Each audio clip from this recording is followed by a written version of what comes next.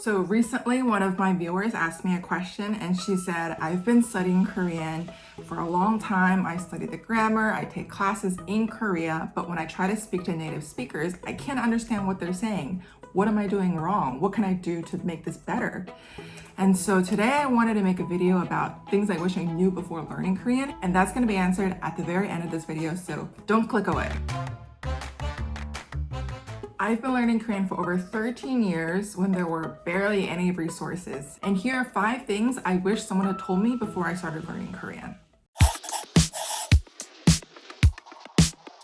If your only goal in learning Korean is to be able to understand K-pop idols and interviews and K-drama idols, I would say forget it. Don't try to learn Korean for this reason. If you want to learn Korean because you love Korean culture, Korean traditional culture, Korean food, and all the culture that comes with that, how Confucianism affected Korean culture and customs and etiquette, hundreds of years of Korean that's been influenced by Chinese, English, and Japanese. If you're interested in all of that, then you should learn Korean. If you only want to learn it for K-pop, I would say it's not going to motivate you long-term to become conversational, let alone fluent in the language. Learn Hangul as fast as you can. Hangul is the written system of the Korean language, and what it is a phonetic system created in 1443 by King Sejong of the Joseon dynasty, and it is widely acclaimed as one of the best phonetic writing systems in the world. Why is that? It's because the system consists of consonants and vowels that can be formed into basically square blocks. And it's really actually ingenious, honestly, because each consonant and vowel has a fixed pronunciation, unlike in the Roman alphabet where it's used in English, French, Spanish, Italian, many other languages. And there is no consistency on what a C is in English. It could be like 3 different things. Whereas in Korean, each sound, each consonant, each vowel has a fixed pronunciation. There are some pronunciation changes, but those are mostly systematic, and I'll talk about that in a later video. If you're serious about learning Korean, I would highly, highly recommend that you learn Hangul as fast as you can, because it is actually really simple to learn. It's unlike Chinese or Japanese where you have to rote memorize different characters. Japanese has several different systems. So if you're interested in learning Korean, I highly recommend learn Hangul as fast as you can, because reading it will only get faster with time. Don't let the complicated grammar mess you up. So I've learned a lot of languages in my lifetime. I'm a native speaker of Mandarin and English. I also learned French in middle school and high school, and I tried to learn Japanese and Italian, but Korean has by far the hardest grammar I've ever seen in any language.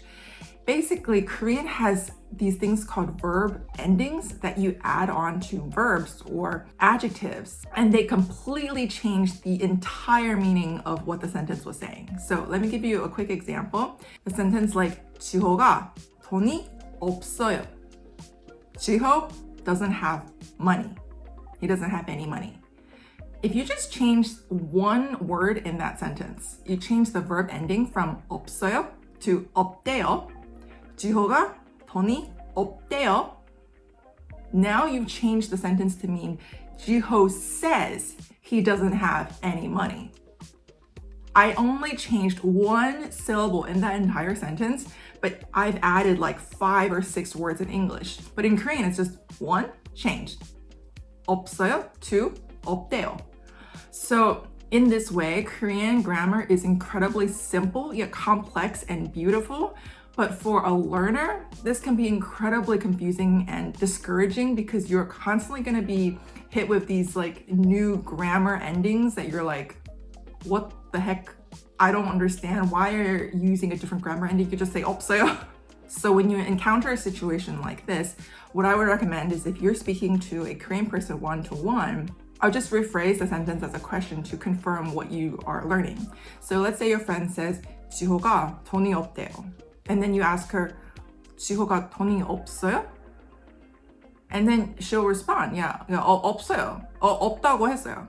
So 없다고 했어요 is the same thing as 없대요. So it's grammar, things like this, that you just have to kind of let it flow by. Even if you don't understand 100% what it means, just getting the general picture is really helpful because you're gonna encounter this grammar verb ending later. So don't worry, don't fret, you're gonna get it eventually. Just roll with the punches and just know that there's gonna be some things that are confusing to you, but you'll get it with time. Don't be afraid to speak out loud and make mistakes, lots and lots of mistakes. So this is something that happens with learners of any language, but especially for Korean, because Korean is a language that's pretty much only spoken in Korea or by overseas Koreans in other countries. They're kind of like experts in Korean, unlike English, where everyone kind of speaks a little bit of English. Korean is, it's such a, like it's like its own little bubble. So I feel like non-native speakers, people who are learning Korean, especially beginners, they feel like I don't really have the knowledge and the skills to be able to carry out a conversation completely in Korean. So they just kind of give up, and after saying things like, after they just say like 안녕하세요, 감사합니다, and then they're just done.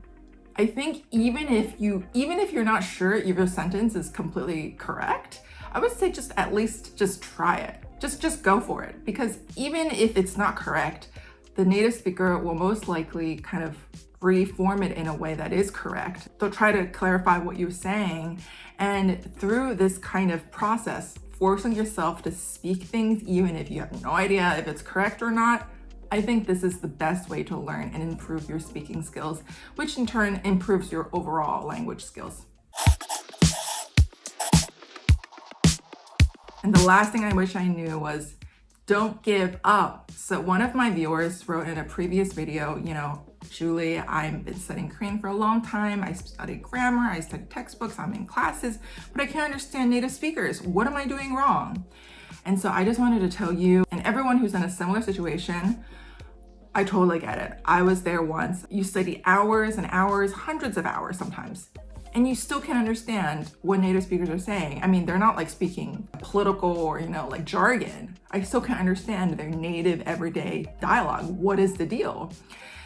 Unfortunately, that is the situation for all language learners. What you're gonna see in a textbook is not always gonna be the same thing as what they say, in real life. And so when you encounter a situation like that really make you frustrated and that make you feel like, oh my God, I wasted all this time, I would say take a deep breath, take a step back, and maybe take yourself out of that situation and regroup before you try to tackle that problem. So what a lot of people who've learned Korean over the years say is their 필살기, like this is what they learn Korean using, is variety shows. So variety shows are not quite the same as American reality shows. They can be kind of similar, but Korean variety shows are really interesting. They usually have like several different celebrities and they play like different games with each other. They have conversations, they do gags with each other. And it can be really fun and interesting because when someone says something, the screen usually like pops up what they say in like big letters. So it's easy for you to learn those words. But I find with variety shows, something difficult is that a lot of times they'll speak really quickly or they'll use puns because that is for a comedic effect.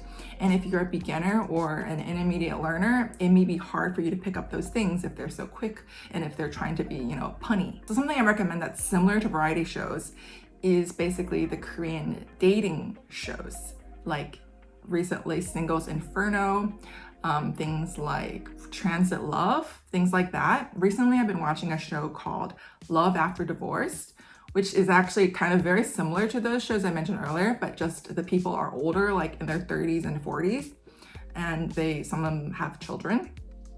And so why I recommend dating shows in Korean is because when Koreans first meet each other, they're very polite. They show 배려, which is like you show kind of like deference to the person, you show kind of respect and consideration for them. And so what that does to the language that they speak is that it makes them speak kind of shorter sentences and speak slower. And they also use less complicated or words that only insider knowledge would know. So because they speak slower it's easier for you to catch on.